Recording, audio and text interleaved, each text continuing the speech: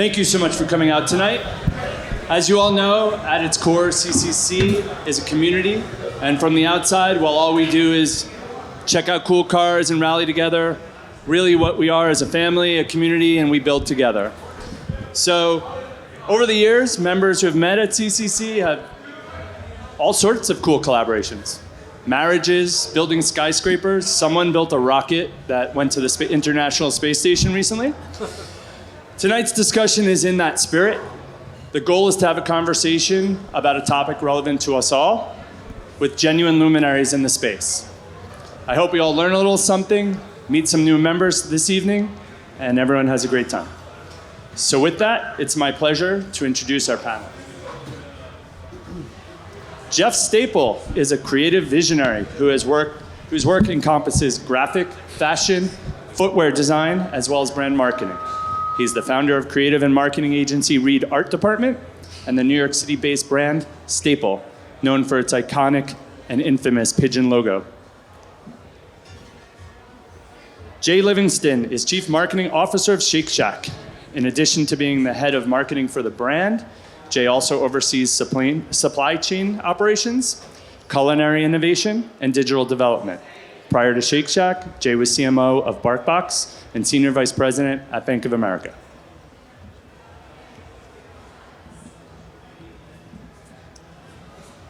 Pete Johnson and Juan Carlos Gutierrez Zorilla. Pete and Juan Carlos are founding partners of the marketing firm Love and Respect.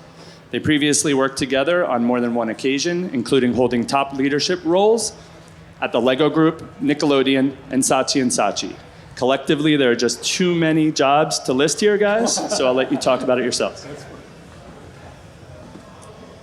Tonight, we are talking about brand collaborations. Now more than ever, brands are working together to share their culture and present something new in partnership. We see it in fashion, technology, hardware, celebrity culture. And we wonder, what is the purpose? How do we select and approach a partner to collaborate with? And what makes a collaboration a success? Jeff, we're going to start with you. Okay. Way back in 2005, you collaborated with Nike to produce the Nike SB Pigeon Dunk Low. At its release, it caused a riot. This was a very, very early collaboration in the sneaker world that is now filled with collaborations. Can you tell us a little bit about how that collaboration came about and why the riot? Thanks for having me, and thank you for joining. 2005, back then, collaborations was not yet a catchphrase in the industry. Brands were working with creators, but it was like work for hire or like freelance. It wasn't yet elevating an artist's name to be side by side with the brand. That was never happening. And in fact, to be honest, for that sneaker that he's talking about, which is called the Nike SB Pigeon Dunk, it also wasn't a collaboration from Nike. They didn't ask me to put my name on it, but at the time, for my clothing brand, Staple, I happened to be developing a mascot. I was always growing up loving brands like Ralph Lauren, which had the polo horse, or Lacoste with the alligator, or one of my favorites back then was this brand called Echo, which had a rhino logo. And people laughing, so they know. But I was like, man, I really wanted an animal for my logo, because to me, an animal logo transcends language, like anything. Like you go to any country and they just know, like, oh, Ralph Lauren, So I was like, I wanted that feeling. And, growing up in New York City, just hustling my way through the streets of downtown, that fucking pigeon was just everywhere. They never stop hustling. Fellow New York City kid, so I feel you. Like summer, winter, whatever, they're just out there. And I was like, that's the mentality that I have. And also the other thing about pigeons that I love is that everyone hates on them, but you got to deal with them no matter what, right? So I was like, people were hating on me starting what was then a streetwear brand, because nobody understood what the hell a streetwear brand was back then. And people were hating. And I was like, I don't care. I'm going to figure out how to eat out here just like this pigeon is. So I adapted that as the logo. And again, when I adapted the pigeon as the mascot, people were like, everyone hates pigeons. Why would you make that your mascot? It's the worst idea in the world. It's vermin. And I was like, no, I get it, and people will get it. And when Nike approached me about designing that shoe, I said I want to make the whole sneaker look like a pigeon. So if you guys haven't seen this shoe, you'll see that it's gray like a pigeon, it's got pink feet like a pigeon, and it's got a pigeon logo on the side. So it didn't have my signature on it, but it did, and they didn't know it. And so I was branding this sneaker, and they were like, all right, you're the New Yorker, so if you tell us a pigeon makes sense, we'll do it. And when we released it in the Lower East Side on Orchard Street. I had a small shop then. And this really die-hard, hardcore fanatic base of sneakerheads, as it was called, they were really obsessed with this idea of a pigeon on a sneaker. And about 150 or so, 200 kids started camping out outside my store for like 5 days prior to the launch. Campouts nowadays are quite common in the sneaker world. You'll probably drive by a Foot Locker every once in a while. You'll see kids outside, sleeping overnight. But back then, it never occurred yet. And so I will say that on the day of the release, it got really crazy because the cops came to tell everyone to stop waiting and disturbing the peace. And these kids were like, I slept outside for 5 days. There's no way I'm leaving this line. And so a riot ensued. If you know the LES on Orchard Street, you'll know that it's situated between two housing projects on Eldridge and then on Essex Street. And so those guys were like, we heard there was some really rare thing dropping. And so those guys came into the mix, and people brought baseball bats, knives, machetes, and it became like this big thing. And then the next day, it was on the front page of the New York Post. It was on the evening news, CBS News, NBC News, and it was the first time that anyone ever heard that people were this obsessed with a sneaker, And fast forward to today, I think actually this last week, a pair just sold. One pair sold for $65,000 USD for one pair. Yeah. And you're handing out a pair to everyone. Everyone gets it. No, I'm just kidding. You get a pair. So that's my. That's an amazing story, and I remember it very well, and it's really an honor to be up here with you. Thank you. Jay, at Shake Shack, your collabs are delicious. It's hard to top the guy that rebranded pigeons. We need to get you on the rat situation in New York, because that would be the next thing. Your collaborations are very different because you sometimes collaborate with chefs, and there's a different and unique challenge to collaborating with not just a brand, but an individual. So can you tell us how you decide on chefs to collaborate with and how that presents unique challenges? Yeah, we're probably the only, we don't like to consider ourselves fast food, but sort of fast casual restaurant in the world that came out of fine dining, right? So the burger at Shake Shack is actually the burger they served at 11 Madison Park. And they were trying to raise money for the funds to revitalize the park in front of Danny Meyer's restaurant. And to do that, they said, why don't we serve some of these bar burgers that people seem to love? And it went bonkers, huge lines. I don't know if we had riots, but we had definitely I remember the lines 2 years of insane lines, and then turned it into an actual physical structure. And our tagline is called Stand for Something Good. And the whole idea of Stand for Something Good is you were waiting in that long ass line to both get good, better elevated ingredients in your food, but also support the park. And if you go to Madison Square Park today, about 70% of that funding comes from Shake Shack, and you can see what a beautiful place it is. So now at this point, we're opening one every 3 days somewhere in the world. We're in 23 countries, tremendous amount of growth. But those roots in fine dining, what we've always tried to do is highlight interesting and diverse chefs around the world that we could sort of partner with to tell that story about, hey, we're not just like another fast food burger, right? We want to do really innovative things with fascinating chefs that kind of highlight our ingredients, highlight culinary innovation, highlight trends and things that are happening out in the world. And we've partnered with almost every great chef in the world at some point or another. I actually was speaking to one, Kwame, today, who has a great restaurant in the Upper East Side in Lincoln Center. Yeah, and we're going to do... Tatiana. I could really break this, Tatiana's.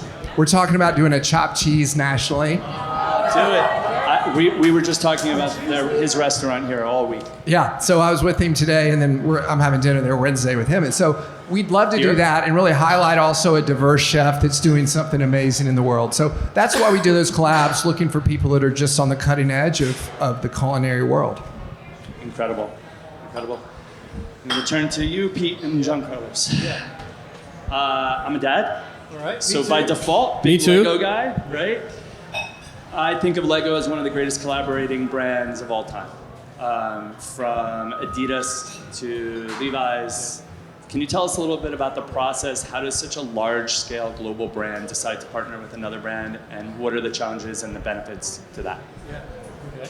Well, I think I'll talk about Adidas. I was in Denmark for 3 years, so now I know how to say Adidas, it is. I want a quick question about pigeons. Do you ever see baby pigeons? You never see baby pigeons, right? Yes. So weird. Okay, all right. But yeah, so Adidas, I think you got to find where the overlap is with these big brands like Lego. I was there for almost 3 years. It's just crazy how beloved a brand it is. I didn't really know it until I was inside of it, and then when you interact with other people and other brands. And Adidas came to us. I wasn't part of that initial discussion, but they had a great history of design, and it's a family company as well. And so that kind of overlap made the collaboration kind of made sense. But creatively, what was amazing is this was mostly done out of our London office. The Adidas designers had kind of reduced that design, and I think Jeff, you talked about this and something I read about you, like the three stripes, the stripes of Adidas, right? Like it's iconic, and that's kind of the one thing that was Lego had to keep, right? That you couldn't mess with that, but they basically let the interpretation of the two brands come together, do anything else after that, right? So that thing, having the freedom, the respect for each other, and the creative freedom to do something different, because you want two brands coming together to create something that's bigger than some of its parts, I think, and that's what we did there. And I think that comes from two brands with a long history, great creative companies, and also the confidence to do that. Amazing. This is really open to anyone who'd like to respond, or all of you. Some of the best collaborations come when brands that seemingly have very little to do with each other collaborate at a point in time, a moment where lightning strikes and then a partnership happens. The recent partnership between the Barbie brand and Balmain comes to mind. I don't understand at first glance the connection, and then when you think about it, it's brilliant, right? So.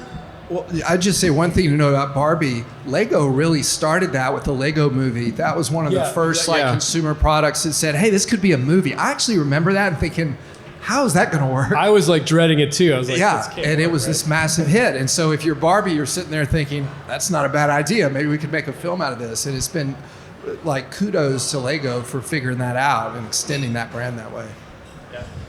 Just to add to that, I mean, another thing about, sorry, you have something to say? No, go ahead. I was going to say those are two brands that have been around for a long time too. They have a history in the country or in the world, and they have a lot of history. They have a lot of legacy to draw on, and a lot of legitimacy because of that, I think. One of the biggest partnerships or integrations or collaborations, because they're all different, right? That we did here in the Americas. I'm the former creative director for the Lego agency in the Americas. Was the idea of going to Walmart to build a partnership. So if anybody's done work with Walmart, and we had 12 years at Nickelodeon doing many integrations with Walmart, it's a very difficult thing to do. Understatement, yes. The mission that we both drove at the Lego Group was this idea of inspiring the future builders of the world, which means that formerly, as Lego executives, our goal was to bring the brick to underestimated audiences in America. And then audiences that couldn't afford it too is like less social, different socioeconomic level, because Lego is almost a de facto luxury brand now with the cost of things. So this was an attempt to reach that audience in the U.S. anyway, in the Americas. And when we walked into Walmart to basically talk about this, nobody believed us. They thought that we were just trying to get the brick into Walmart and really sell to people who couldn't really afford it. My team pushed back on me when I brought the assignment up front.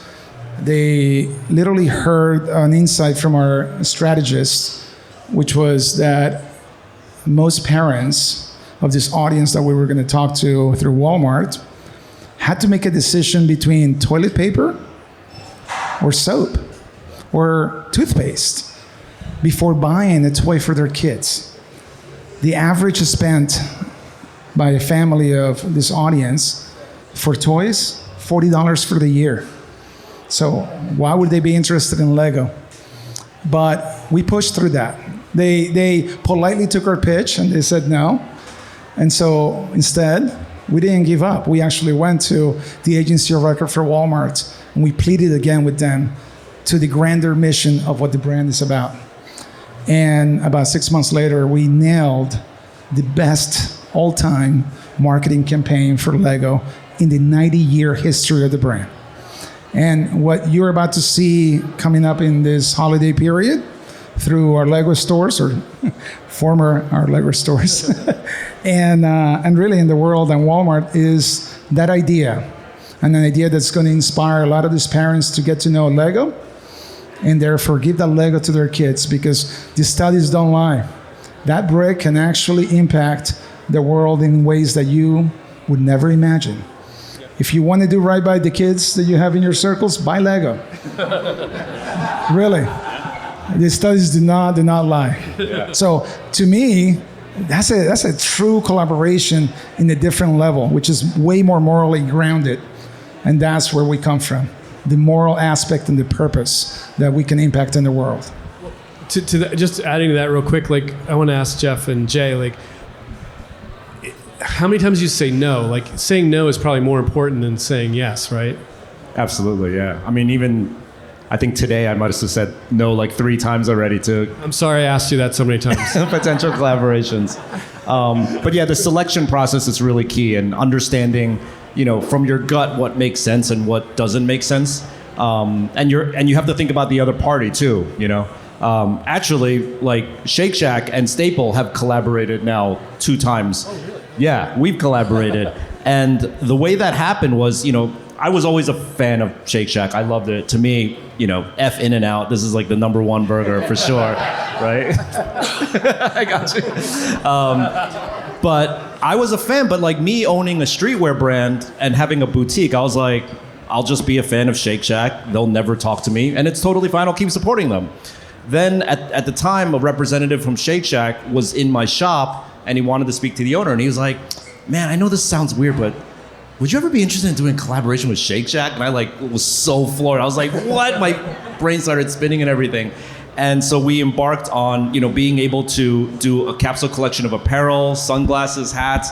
And then the other thing that was cool is like we got to design a concrete shake as well. And then I think at the time there was maybe 9 locations in New York City only. It was like, you know, pre-IPO. But still, trying to get all 9 shops to make that shake exactly the same consistently was monumentally hard. And the other thing is, we brought in, I don't know if you guys know the Donut Plant, another OG donut shop in New York City. We brought them in because I wanted my concrete to have Donut Plant donuts in it.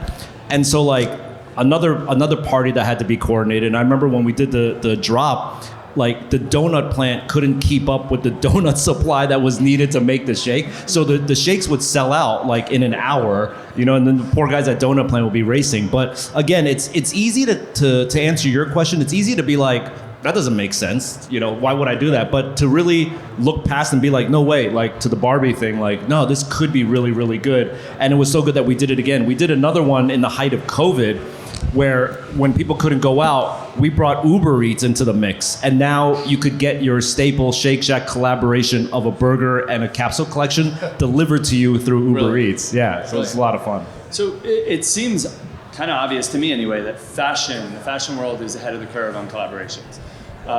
You have brands like Shake Shack, Lego, they're tapping into it, they're figuring out, you know, fashion has the special sauce. Let's see what we can get out of that partnership, right?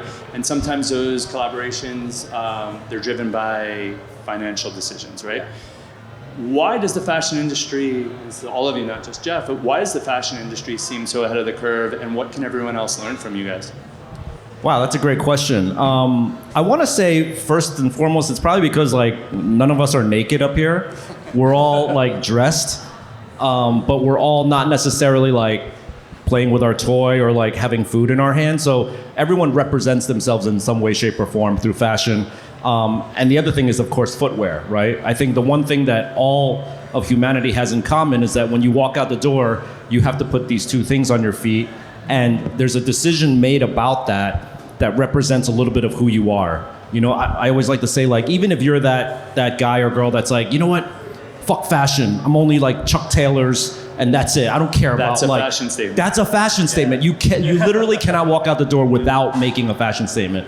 And so that as a blank canvas is great. And it's also, I will say, after working in the food industry, like with you guys, that scaling fashion, I mean, I can't believe I'm saying this, but it is easier than what you guys have to do, because what food people have to do is basically every hour of the day is like a freaking Broadway performance. You might have nailed it in the lab, but if homeboy on 96th Street is having a bad day, that's a bad burger that you're getting, right? But with clothing and shoes, you get it once, you get the sample, then it's like out in the world replicated. And that's why I don't envy what you guys do at all. But I think that's why, so there's like the canvas of it, but then there's the ease of scalability of it, you know? Very fair.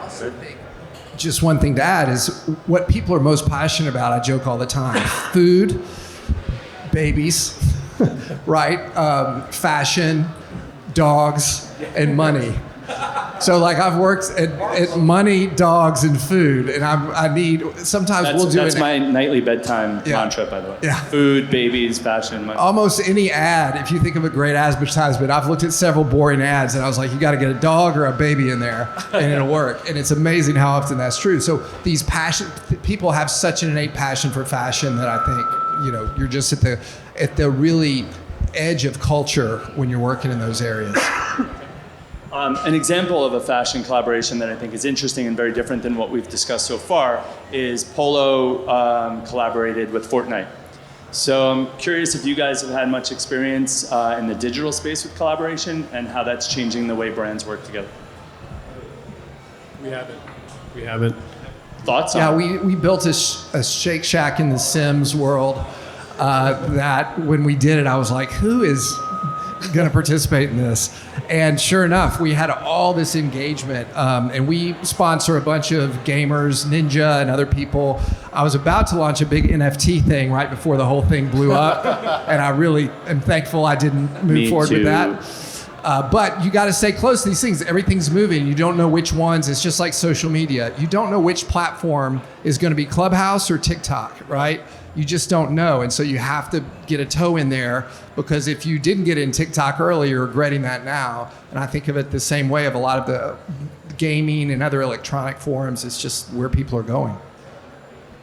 Unfortunately, I'm the guy that's neck deep in Web3 right now, so yeah, I'm in it.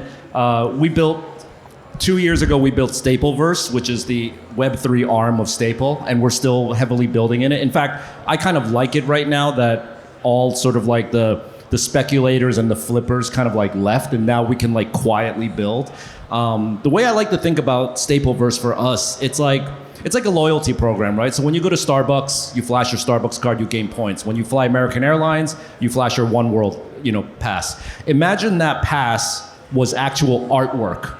And you guys already know what I'm talking about, because raise of hands, how many people has an Amex Black Card in their wallet, right? Amex, and nobody wants to raise their hand. They're like, shh. But Amex Black Card is interesting because to me, that's like the original NFT. It's like, it basically gives you these perks and benefits, but the card is artwork. That when you open your wallet and someone sees that black card, they're like, oh. It's like the equivalent of flashing your Damien Hirst, you know what I mean? And I remember there was a market on eBay where people were just buying expired black cards just so they could like stick it in their wallet. I know, it's crazy. I never did that. Okay. A friend told me. But so yeah, Stapleverse is basically like, the loyalty program that includes an NFT artwork. And then the whole thing with the blockchain and it being immutable, I think that technology is going to come into play a little bit later, like when you could really take advantage of it. But we've been building like crazy. It's amazing the stuff that we're doing right now. Like it's a whole different thing. Like a couple months ago, we just released a digital blank T-shirt. Okay, it's called the Magic White Tee. We sold 600 Magic White Tee NFTs in one day. And if you bought the T-shirt, it allowed you to submit a design on that T-shirt, okay? And then the community that bought the T-shirts voted on what was the number one most popular design, okay? So there was a winner of that. For that winning design, we made that T-shirt into a real T-shirt, and then everyone who got the NFT was able to get the shirt. So now, I mean, the kid who won, he like lives in Teaneck, New Jersey. He's like a nobody, but like he went from like being just a nobody to now having a collaboration on a staple T-shirt all through this NFT blockchain technology. Yeah, and so like Crowdsourcing content. exactly. I think what we're going to see in the future for us is like an open source, decentralized creative agency. That's how I'm positioning it. That's very interesting. Agency guys, what are your thoughts? They're like, oh shit. Now we're consultancy guys, so we're fine with that. Agencies don't work. That's our whole premise, actually. I'm curious. So I'm going to go back to the Fortnite example. So for me, Ralph Lauren, Polo, iconic brands, the little logo, everyone wanted one on their shirt. I've been collaborating with brands my whole career, so I have an opinion on why they did it. And I'll share that with you, and you can tell me if I'm brilliant or should get off the stage. So I think it's a possible erosion of the brand equity, and the younger generation doesn't connect with the logo as much as the older generation does. So they find a platform that the younger generation will say, if they're here, they're cool. Am I looking at that the right way, or would you guys say it's something else? Or is it that and something else? Yeah, that's happening all the time because these big brands with money are trying to stay cool and relevant, and young, cool, relevant brands that don't have a lot of money want to partner with those brands so they can share with each other. It's kind of like in college football, you know, the small mid-major schools get big checks to go get demolished by the big programs. Right. And that's happening all the time with collabs. And that's where you got to be really careful for both sides, because you're trading your brand power if you're that young, cool, relevant company to try to get that money, and that's always dangerous. That's the number one way to get not cool. And so everybody has to make that decision when you're a CMO of a business or run a business about how, is this going to elevate my brand? Is it going to be positive association? Is it a company that I share those values, or is it going to actually, you know, am I sacrificing something to do it? I will also say that nowadays, you know, at most companies, the term collaboration is now like a checkbox on every marketing plan. Like at the beginning of next year, they plan for next year. They're like, who are we going to collaborate with? It's like, I'm like, why do you have to collaborate with somebody? Like collaboration is a relationship. And if this year we couldn't find a good synergistic relationship, maybe we don't do a collaboration. But now it's like, no, we need one a quarter. And so, you know, call that headhunter and just find us a collab. And that's where it starts to not work, I think. Like, it seems like, I agree with you, it seems like there's a saturation, like there's too much, like it's not special anymore, or there's more that aren't special. Like I gravitate more towards collaborations that are with an artist and a brand that makes sense. Again, like makes something bigger than the sum of their parts. But is that just because it's a shiny new object in marketing? Like I'm looking at the CMO, like you have to address that because everyone's doing it? I have a good, going to your question of like when to say no. We get approached by a lot of companies where, I don't know if you guys know, there's a website called hypebeast.com, which is like the Vogue of like streetwear sneakers and, you know, collaborations.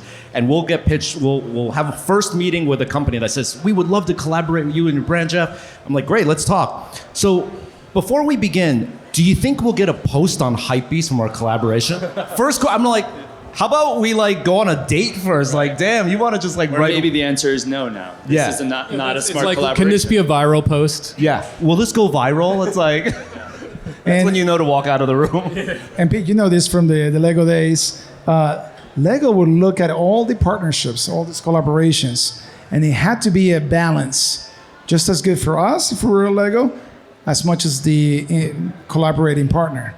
And it took forever. It was very, I mean, that Adidas collaboration took many years. It wasn't overnight. But also, like, Lego's in this unique position where it can, like, for whatever metric, it's at a different level than a lot of brands. So it people have to, you know, other brands maybe kind of come a little hat in hand to them. Like, we'd love to partner with you. We're going to get more out of it than you are. But It was all about values. I mean, that's what I loved about it, because it wasn't necessarily coming from the Like a bag angle of cash. It was how more much am I like going to make out of how- this. Literally, I would tell my other CMO friends or ECDs, I would be like, okay, let's have that lunch. And it would be like that pitch would come to me, and I would look at it and go, okay, here are the roads for engagement. And I would tell them, don't push unless you really believe it's a 50-50 and that every one of your values as a human being are aligned with the values of Lego.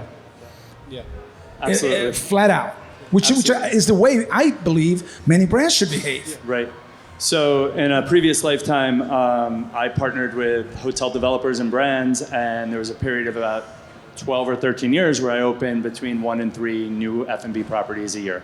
And we probably got approached 10 times a year and said no an awful lot. And we felt that we actually made a mistake once. We opened a property in Scottsdale, Arizona, in a very high-end 5-star resort, PGA stop, and we were hanging art like this on our walls, and they thought we were the worst people in the world, and we never made that mistake again. So I think understanding what your brand is all about is step number 1 to figuring out how to collaborate well with others. I'm going to give an example of one of my favorite collabs, and I'd love it if you guys would share with everyone either one of your favorite or one of your least favorite, not necessarily your own, but ones that you're just kind of embarrassed about. So for me, it was Ben & Jerry's and Nike. Delicious ice cream, dope sneaker, love that collaboration, stands the test of time. Yeah, Chunky Monkey, right? And that's your world. In the Ben & Jerry's package, too. In the Ben & Jerry's package, dripping. Yeah. I'd love to hear what some of your favorites and some of your least I favorites. loved like Louis Vuitton and Kasuma, I think the artist, the Japanese artist. Yayoi. Sorry. Yayoi. Sorry. I love that. To me, because I was a little bit aware of her work, and I knew what the luxury brand was, but what they did together and the designs, and not only in the product, but then the way they presented it, I thought it entertained me, and it like, I don't know, it nourished me. I loved it. Very cool. Yeah, I'm going to be basic. We spent 12 years at Nickelodeon, and the collaborations we did with Slime for Kids' Choice Awards, amazing. Yeah, right? Amazing. And for Pete and I, we still talk about the day when we invited Beyonce to be Slime. Slime Beyond. Yeah, so I forget what year. Was it 2006? It was like the year she was nominated for an Oscar, a million Grammys, and she hadn't yet said she was pregnant. And we had her, and this is, collaborations happen for weird reasons. She had one more thing she had to do for Nintendo before December 15th, and it was like December 13th. And they had her for 15 hours, and they called us and said, can you do a thing with Beyonce? And this Nintendo game. And so we did it at Silver Cup Studios, and we slimed her. We only slimed her once. Slimed Beyonce. Yeah, it was amazing. She was great. She showed up with 4 people for like... Did she know it was coming? Yes, she knew it was coming, and but it would take too long to do her hair again, so we only had one shot at it. So our slime technician, I don't know if that's the real term of art, but he was practicing for 6 hours, and he got her right away. Those stars know that they're getting slime? Well, they don't know when it's going to happen. Oh, okay. They know that they have to stand here, and at some point, Because I've gone down a rabbit hole on YouTube just watching Well, no, those so stars get what slime. we would do with all our directors, I don't know how the show would work, but when we would do it, our commercials, because we would be doing commercials with partners and slime, we would tell the kid or the actor or the whatever, and we'd say, okay, the director would be like, okay, I'm going to go 3, 2, 1, slime, okay, and then you're going to get ready, it's going to come, and then he'd do it on 1. And it worked. It worked. And it was always the first take that we used. We might do a coverage so they put something together, but the first one was always the best take. It's very hard to do, because most people, the moment it comes, they do this thing, and it's very difficult. One of your spots, we had a kid in a chair, in an office chair, a gamer. It was for a laptop, and he was like, I want to stop. I want to leave. Like, it was early, and we hadn't gotten it yet, and so they cranked the PSI up like way higher than it should have been. And they gave the kid like $100, like cash, and knocked him off the chair, like rolled back, flipped over, and he was like, "Okay, that was it." It was a Dell laptop, and you opened it up. And it slimed The it. best. It was great, but slime was great. That's a good collab, a brand collaboration, really. I could give you a bad one. Great. Okay. It's a bad one in the sense that it's a major missed opportunity. So if you guys know anything about the culture of reselling sneakers, like, kids flip sneakers on eBay, and there's a company called StockX. Sure. There's another company called GOAT. Okay, and GOAT is valued at over $1 billion right now. I think they're like 1.5 billion. They recently bought Flight Club, which is a whole chain of stores, and then Foot Locker recently bought the entire GOAT company. So the founder of GOAT came to me 8 years ago and said, Jeff, you're the OG of sneaker culture. Would you be down to do like a GOAT collaboration for 10% of the company? Oh, Jeff. Of your company. I get 10% of GOAT their company. if I did the collaboration. Oh my God. And I was like, I don't know if resale has a future, man. Like, Wow. when I read that Foot Locker headline, I was like, I'm going to give you a hug after this. Yeah. This sounds like the Magic Johnson Nike story, right? Yeah. We'll give you stock in Nike, or you can... yeah, no, I'll take the little cash thing. Jeff, you just got to let it go, Jeff. Just let it go. Don't read those trades anymore. It's tough. So my second day at Shake Shack, I'd never worked in the restaurant industry before. I couldn't even get my laptop to work. I'm sitting in my office, and I get a call from an executive at HBO. And he said, the final season of Game of Thrones is starting next week. And we want to partner with you guys on something to highlight that final season. As you all may remember, that was huge when Game of Thrones was coming in that final season. And I said, what are you thinking? And he said, well, why don't we do a food item? And I said, what if we did like a Dracarys burger? So it's like a hot burger and like a White Walker shake, right? It'll cool off the burger. And if you order it in Valerian, you get it for free. No way. Anywhere in the country. And he's like, we're in. But you've got to let me know like today by 5. And I was like, okay, we're going to do it, right? And I walked across the floor, I can actually picture it, to my CEO's office. And I said, hey, can we do a shake and burger in like 6 weeks to launch for Game of Thrones? He was like, no, that's impossible. It would take like 6 months to do that. And he said, how much would that be worth? And I said, $30 million, and they're going to give it to us for free. And he's like, we can do it. We can figure it. So literally, we went straight downstairs and developed these 2 products in the course of like 3 weeks, trained 400 stores how to make them, 17,000 employees, all because it was free, and this thing went bonkers. And it's probably the best collab because of the price that I've ever done. And sometimes these things just fall in your lap, and it's how you react. Can you just like jump on them, not take no for an answer, and say we're going to find a way to do it, or not react? That's very brave. See, I don't know, on the creative side, maybe Jeff can say that, relate to this. If you can do it in 3 weeks, but it usually takes 6, now the new time is 3 weeks. Is that how it happens Absolutely. for you guys? Probably not, right? Yeah, like that. 17,000 people. That's crazy. So little did you know you're all collaborating with us tonight. So we're going to open this up to some questions. Step forward if you have a question. I'll hand you my mic. Thank you, Josh, for being here. Noah, thank you for emceeing. This is a wonderful event. I'm hearing a common thread between everybody talking. It's about timing. Nike and Staple collaborated at the right time. Staple and Shake Shack collaborated at the right time. Lego and all the brands collaborated at the right time. You got Beyonce to do Slime at the right time, right? Like, how do you assess the cultural zeitgeist? How do you identify opportunities? How do you figure out when the right time to do something is? Great I mean, question. I'll give you my answer, which is it's probably not a applicable answer to all, but it's 90% gut intuition. It's like, to me, it feels a lot like surfing, where like, when to like try to catch the wave and stand up on the surfboard, and when like, oh, this is not the wave, and I'm just gonna like hang back. It's a little bit like that. Like, you get presented with an opportunity similar to the great story you just told, and it's like, is this right? Is this not right? And sometimes, like with GOAT, you miss it, and you're like, damn, that was a freaking wave I should have caught, So it's a lot of that. But the reason why I think the art of collaboration, which is the title of this whole talk, is really interesting, is because it is still a little bit of alchemy. If you could sort of like Shopify collaborations, like, oh, add to cart, add collaboration, it wouldn't be special anymore. But there is an art to it, and I actually love when I see collaborations not do well, because I'm like, see, it's not for everybody. Not that easy. It's not that easy, yeah. So I still think there's a huge level of like gut intuition. That's my take. I mean, for Lego too, it's we worked at a glacial pace compared to these two, like 18 months, 2 years sometimes. So it is gut. Like once you've got it, because we would get the idea kind of later. We'd have that opportunity to who we're collaborating with later down the pipeline. It is about your gut intuition, what's right for the brand, who's right at the time for what you're trying to do. And then if they're available, that's the other 10% sometimes. Like if what you want to do can actually happen on your timeline. And you have to get out of your own bubble. When we were at Nick, we worked up the street here on Times Square, and we had a staff of about 40, 45. And one day I woke up to the reality that 80% of these people lived in Queens or Manhattan.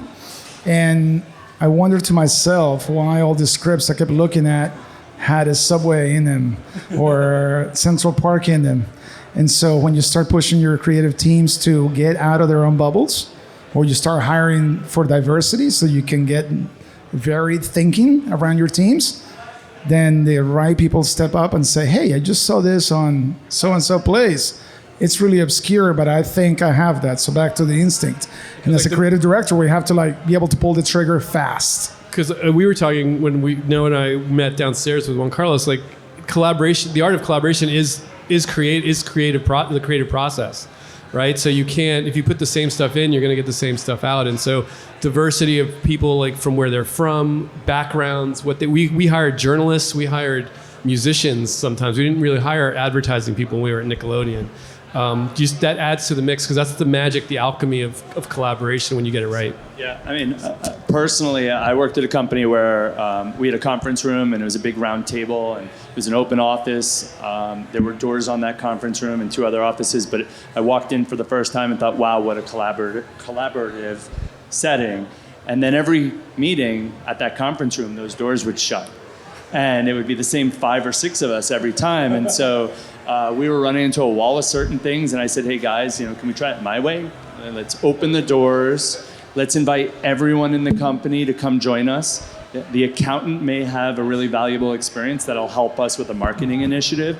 And it changed. We slowly, after a lot of years of doing it one way, changed our culture. And I always felt that we were innovators, and then we sort of stalled for a bit as people copied and caught up, and then maybe even became more creative than us. And that process of including everyone, and the idea that everyone has a valuable input, and in any given conversation, the person you expect to be able to contribute the least can potentially be the game changer. Yeah. I think also you've got to put yourself at the center of a culture if you're going to make these decisions. We're all in New York City. We're all in this convergence of fashion and finance and art and entertainment, right? And you've got to either be there or you've got to hire people. And I know as you get older, like all these guys were tastemakers. We were all tastemakers when we were younger. But as you get older, you also need to surround yourself by, I can't keep up with what's happening on social media and who the influences are, but I hire a lot of really smart young people who are tastemakers who are keeping me in the loop and also keeping us as a company. And so getting out there and being around it, there's no replacement for that. I see you're itching for a follow-up. Absolutely, thank you. So another part of collaboration is relationship building. And in this era of digital, how does someone get on your radar?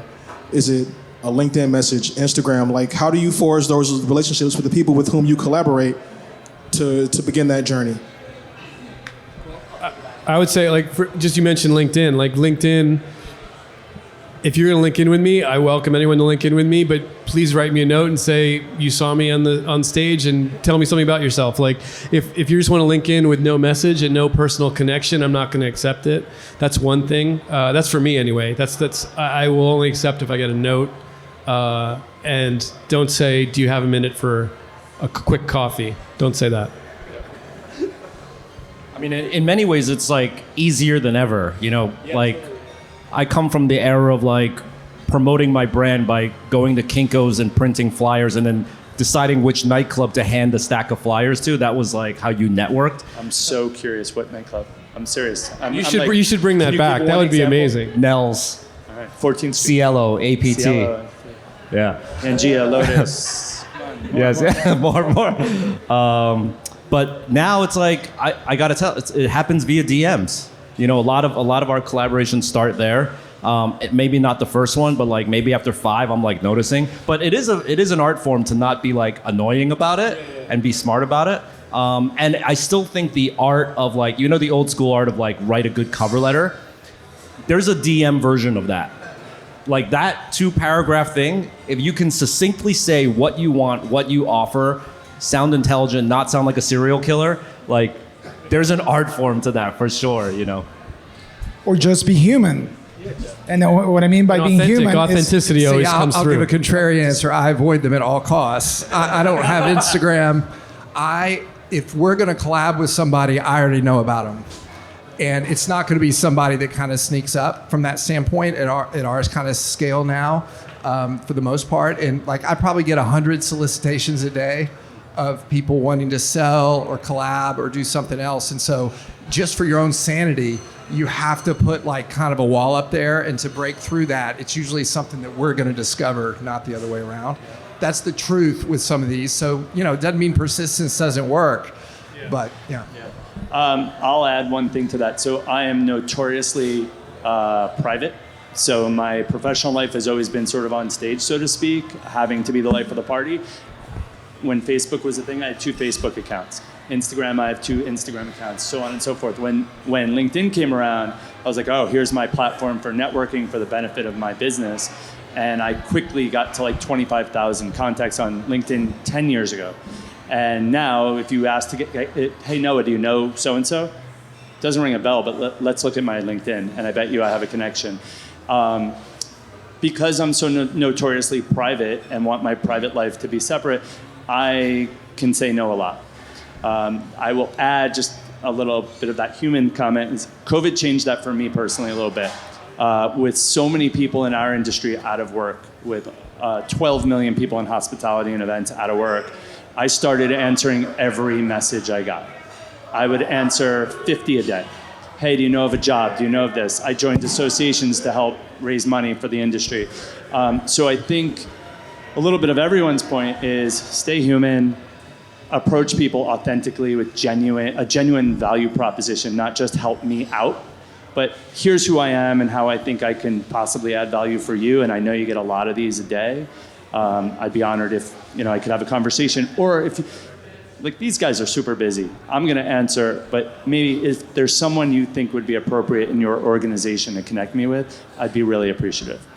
Don't always expect the man or the woman to respond, but be gracious enough to be happy about a connection to anyone they think could help. And pay it forward. Do it too. When somebody asks you for help, help. Thank you for joining. Appreciate it. As someone who's younger in the financial services industry, I have a very boring job comparatively. But I'll ask you, and this is more of a, say less creative, but more business-minded question. How do you feel about the secondary market now, given the spikes with COVID? So the sneaker world, for example. Sorry, Shake Shack is not necessarily in the mix, but Legos I've seen has a market. Walmart has a market for PS5s and certain other things. Unfortunately, given the space we're at right now, you can see with cars. I know with Porsche, the GT3 market, it's impossible to get unless you're spending $100,000 over. How do you, as a creator, as an executive, how do you address that? That's a great question. Okay, I'll start. I don't address it. I think as a creator and as a brand, once you start creating things for the resale market or trying to influence the resale market, you're already a little bit up shit's creek. You got to make, to me, product is king. It's got to be great for the purpose of making it great, not like, will this flip? So that's always been my take, and it's a roller coaster ride. Like I just read this week that Rolex is down now because they've tried to address the crazy resale. That's right. By increasing production. They've dropped more than any other They've luxury dropped watch more than any brand. other, yeah. Can I ask a follow-up part of that? Yeah. So I'm certainly asking more from especially your perspective. Yeah. You are the talent. You are the designer. Yeah. What are your thoughts on So is he frustrated when he sees something he sold for No, not at all. $500 sell for $5,000? The Yeah. question being for me is, I'm not someone who has oodles of money. I want to go out and buy a car at MSRP, ideally below, but MSRP says a brand of sneakers at cost. And then you see them for 100 times, or I'm sorry, not familiar with the space, but you get where I'm going with that. Same with watches, that I'm more familiar with. But same principle. Does that strike a nerve in essence? As the creator, as the customer? For me, neither, Well, from a by the way. customer, I can tell you, it certainly strikes. No, it shouldn't. Don't let it strike a nerve, man. Don't. Like, if you can't, first of all, it's supply and demand. You know that, right? I'm a capitalist, I get it. Yeah. But you know what you should do is, like, if you can't afford the G-Wagon for $298K, figure out what else you want and make that the hot thing. You know what I mean? Preface, I'll only pay retail. Okay, good. I That's drive good. a GT car right now, refuse to pay anything over sticker, finally got it. Good, good. Here's a win. Stick to your principles. But yeah, but like, my thing is like when it comes to sneakers, like I'll go to like Modell's or Foot Locker and try to go to the sales section to find the fire thing that's on markdown. Yo, where'd you get that? Sale rack, Foot Locker. You missed it, you know? So that's like, you mentioned Tastemaker before. But like, you know, and there's nothing wrong if you want to pay double, triple sticker on something. There's nothing wrong with that. It just depends on how badly you want it, you know. But I just think it's a product of like if you're a creator and your thing is reselling above, kudos, you're doing a great job. You're probably like, for me, when a pair of Pigeon Dunks sells for $60K, I'm not getting a penny out of that, but it's great because it's a nice feather in my cap. You know, that's the other plus about Web3 and blockchain. I do get the creator royalty. And presumably, it aids the next time you drop a shoe, right? Sure, it adds to the lore. Yeah. Yeah. So there's a cultural capital there. Yeah. I mean, I'm not the creator in that space, but I would imagine it must make you feel good. You know, Yeah, for sure, A pair of yeah. shoes sells for $65,000. Yeah. Yep. It's all about the appreciation that the audience has Yeah. for the product, right? Exactly. So and I do think there's a slight difference between something that's a little bit more artful than something like a GT. So as you know, as a member, we had a 2018 GT3 that we wanted to get rid of and replace with a newer car. We held on to it for a year because during COVID, they were marking them up $100,000.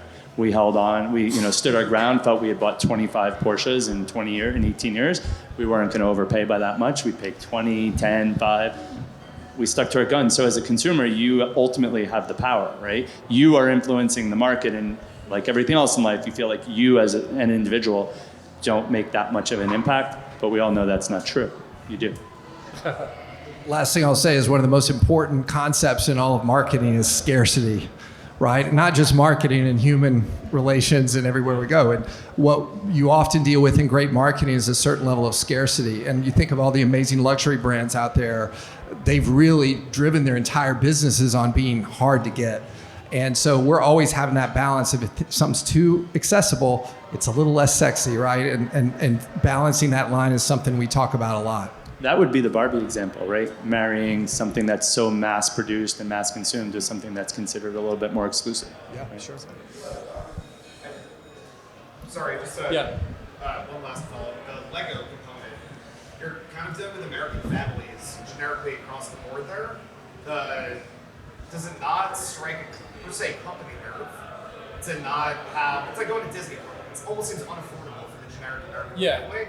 But those like more special, the kid's a Star Wars fan or whatever, it's unobtainable to get.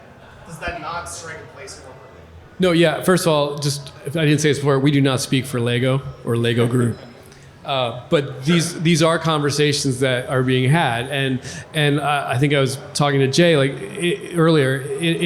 There's been conversations at Lego where, like in China, it's a luxury brand. It's treated as a luxury brand because there's like 45 to 50 knockoff companies that are getting really, really good at packaging and mimicking and corporate espionage to get those secrets, right? But what we hear from the audiences in China and the consumers in China is it's too expensive. Like, why can't I have this for my kid? So there's a program through Lego Foundation and Lego Education where I don't remember the name. It's kind of rebricking or something. Like it's giving sets and bricks all over the world to people that can't afford it, to kids that can't afford it. That's one. And then there's it's more analogous to the sneakerhead culture is the brick fans is what they're kind of called, and AFOLs, adult fans of Legos. There's a whole economy that has nothing to do with Lego. It's insane. And then this comes up every year in the fourth quarter. Someone will say, if you just held on to that Lego Friends set from January of 2018, you would beat the Fortune 500 like this year in the stock market. So yeah, capitalism sucks. Like, I'll just say it. But I'm a capitalist. yeah, no, I agree. We're all capitalists with this because we're all stuck in the system, but that's a different talk.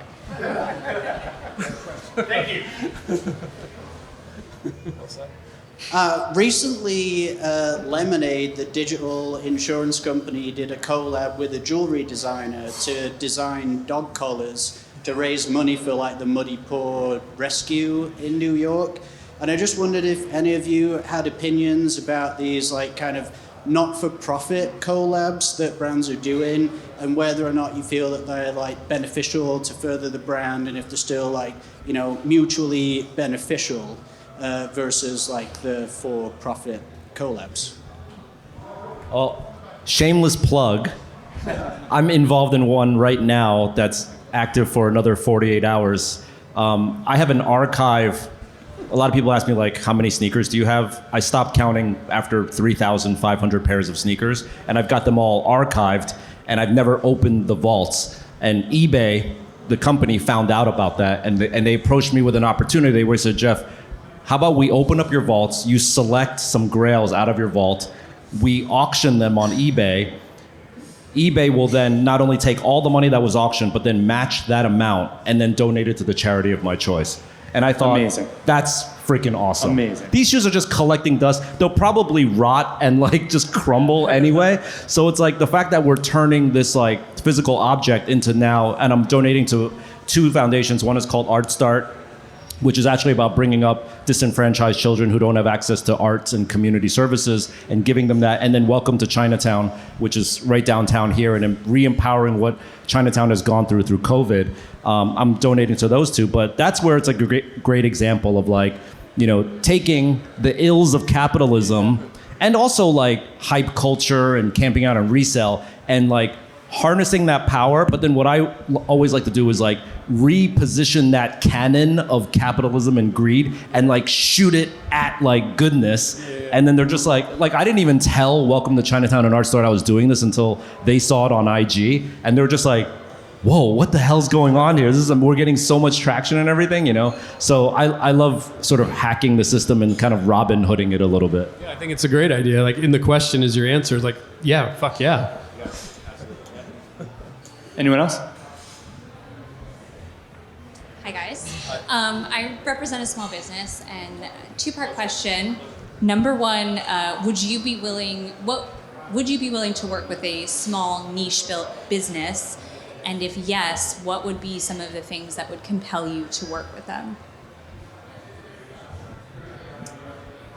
We work with small family providers for ingredients, for instance, all the time. We're working on a Korean-style fried chicken sandwich right now that's going to run in the winter, and it's a little family in Seattle that makes the kimchi, right? And we discovered them because they have this great story. They've been making this kimchi for 50 years in a very authentic way, and we came to them and they said, this is going to be like 20 times our production, you know, in 3 months that we would typically do in a year, and we help finance that for them and go that way. So I think all of us want to work and highlight like really authentic people that are giving and businesses that are giving back to the community. So we work on that a lot. But it can be hard to get their attention first. Again, we kind of found them because we get so many. But like if you're doing great work, you need to market it and let people know, and you'll be found. I mean, when we're a consultancy, so we'll work with anyone. Let's talk later. But at Lego, I want to say it probably wasn't until like 2015 that Lego started listening to its fans and let it and you know, you guys know when you put something into the world, like you kind of lose control of it, especially now with all the different social media platforms and all that. And Lego is a creative product, and so when Lego let that happen with the brands, then certain artists and certain kids and adults that had a point of view or on the product and created stuff that helped the brand, but also showed what was great about the product or the values of the company, they would connect. I mean, but it's hard. It's hard to break through that noise, right?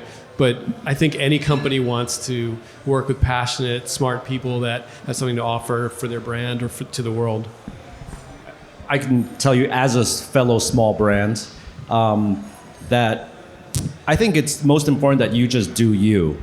And like you, instead of like focusing energy and time on trying to get yourself seen by a big brand, just do what it is that you're good at. And similar to what you were saying about that wall, you know, a lot of brands have that wall, but if you are doing enough good work that naturally, organically goes over the wall, and like people like Jay start hearing about you, that's really the best calling card, not like the cold pitch, you know? I find that, especially in street culture, there's a lot of brands that really live and die by collaborations. Like, if they don't do the next collab, they're going out of business. And it's important that you, as a business owner, develop your bread and butter daily, you know, cash cow, if you will. And then the collaborations are just like the spice on top. On my end, believe it or not only I have this business with Pete, but I also have a food startup with my wife. My wife and I are the owners of Ish Premium Horseradish. And Fantastic product. Yeah. And goes really good on Shake Shack burgers. And in sneakers. Actually, I was thinking about that. No, I'm kidding. And we're now in our 12th year. And I think the biggest success in terms of how you're framing it, if I look back 12 years ago, my wife had a great product. Unfortunately, it's a niche. Most people don't understand what horseradish is, even though the people kind of know it, but they don't really know it. And she came out with guns blazing, great design, great product. Press was rolling over, NPR was looking for her, the health benefits, all that stuff, and Whole Foods found her. Just doing her thing at a small demo market in Williamsburg back in the day. And here we are in our 10th year with Whole Foods and a full partnership and growing. So it's kind of cliche, but make sure you have a great product, make sure you market it well, and be authentic and real about it.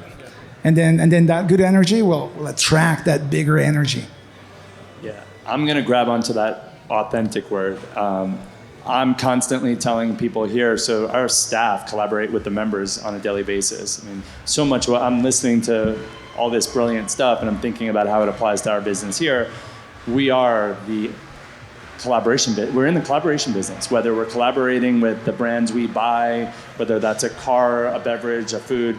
Most of all, it's the staff and the team here collaborating with the members. And I'm always telling our staff to be authentically themselves. That when somebody comes to work here or someone gets a promotion into a new role and they look at that person that they respect, admire, aspire to be like, don't try to be them.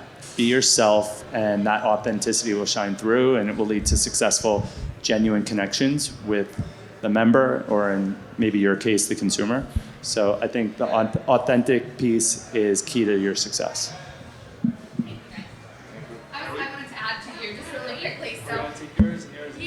Okay. So I'm on the global business marketing team at TikTok, and I think I know you know lots of people there. So, but what I wanted to say is, and then with all the brands and agencies and things like that, so I plan global events, and what is so special to me is those small businesses. I don't bring anybody to my event that is not living and breathing the platform. So, as you all were saying, people reach out to you all the time. People do reach out, they want to be at our events, so they want the swag, they want that. But it's so, I love it, and I love to see when also our big brands that are on the platform are collaborating, not with Beyonce, but they're collaborating with the person that is really living and breathing their product. So I think that I just love seeing that. So just from my side, I'm on TikTok or Instagram. I love Instagram too. So following small businesses, and that's who I'm bringing. And I'm loving to see these big brands as well collaborating with small businesses. So yes, be your authentic self, and I'll find you. And you guys are awesome. This has been amazing. Thank you guys for coming tonight. So we've heard authenticity, brand strategy, things of that nature. When you're going into collab, there's a lot of brands that are really pushing the envelope with something that may not be aligned with their brand in a sense of authenticity or product, right? Like Shake Shack, you're doing a fried chicken kimchi sandwich. How do you find that fine line that kind of pushes you off brand, or does going kind of off brand every once in a while really push your company and bring you to the next level? That is so much of the job is dancing that line. And I can't tell you, some days you're Yeti and you fell into a tremendous amount of great collabs, and some days you're Bud Light and you really fuck that up. and everybody lost their jobs. And so our job is to figure out, how do you extend the brand? The Bud Light case study is a great one. How do you extend? They were trying to get younger, but they didn't think about their core guest, right? And so they alienated their core guest. And then they didn't defend their initial decision, and they alienated the other side. I was with a Bud Light executive right after that happened, and he said, first we lost the gay bars, and then we lost the cowboy bars. And, so one of the things you got to really think about is, how are you authentically you? How do you stay with your values? But also push the bar into new audiences in an authentic way that they're not going to come back and crush you for it. So for instance, when we did a Korean style fried chicken sandwich, we got a little bit of heat for it when we did it initially. But it came from our Korean shacks and our Korean chefs that did it there. We partnered with Korean families on all the ingredients. We had, a Korean chef that came up with the sandwich, and we were comfortable sticking to our guns for that. We said, no, we're bringing this, and people are going to love it. And if somebody thinks we're appropriating or whatever, good marketing usually pisses a little somebody off. So you've just got to be, though, really thoughtful about that and check the boxes and make sure you're doing the right thing, or it can turn around on you. And we think about it all the time with everything we do. Every social media post, everything you do, you got to think about it. Go ahead. Oh, I'll just add real quick. We have a lot more experience with integration. We were at Nickelodeon, and when you're working with influencers or other artists or creatives, if that dance that Jay is talking about, it's like that's gonna keep an executive up all night, right? But then if you end up with a collaboration or integration that is something goes, oh yeah, that's something Shake Shack would do. It didn't move the needle at all. It didn't push anything, or it dampens the artist or the collaborator they worked with, and kind of that's you need to let them be them, right? Why'd you go to them if you're gonna make them do it the way you would do it? So it's constant vigilance and gut, like Jeff said before. It's really what you were saying, Jay, about defending the decision that you made. An example that I could think of is, we've been doing a partnership for a while now with Cole Haan, right? Which is typically a brand you would think of that you work at a desk job, you work at a cubicle, and you wear Cole Haans. And so initially people were like, that's whack. You guys are the sneaker legends. Why are you doing this Cole Haan thing? But what I realized was that a lot of my friends who do work 9-to-5s that have to wear dress shoes are closet sneakerheads. So let's make something that they can rock to the office that they're proud of. That was my defense stance, and I think it just comes down to what you guys were saying. You just have to be ready to do that. And the interesting thing is that in this metric-driven world of oh, this didn't resonate well, or the analytics weren't great on it, when you make those zag moves when you're supposed to zig, the metrics won't be good. The numbers won't be good because your core audience expects you to do that, and now they're scratching their head about this. And so what you need to realize and have the foresight is that this isn't for the millions. This is for the 100 that get it. And those 100 that get it will elbow you into another sphere of influence, And that, again, goes back to being able to defend your decision. I so vividly remember that collaboration, and I didn't know what it was when it dropped. There was a Cole Haan store near me. I had never bought a pair of Cole Haans, and I was like, what's the deal with those? And they became that thing. People who didn't want to rock boring dress shoes were wearing them, and probably still are. It's amazing. I have so from a small business perspective, we're a small business here. We have a really large, powerful global brand as Classic Car Club, but we're a small business, and we take our partnerships really seriously. We're not on the same global stage as these guys might be, but we have a responsibility to our members to never endorse anything we don't feel is appropriate for us and our constituents, right? So we get pitched all the time, whether it be a car partnership, a motorcycle partnership.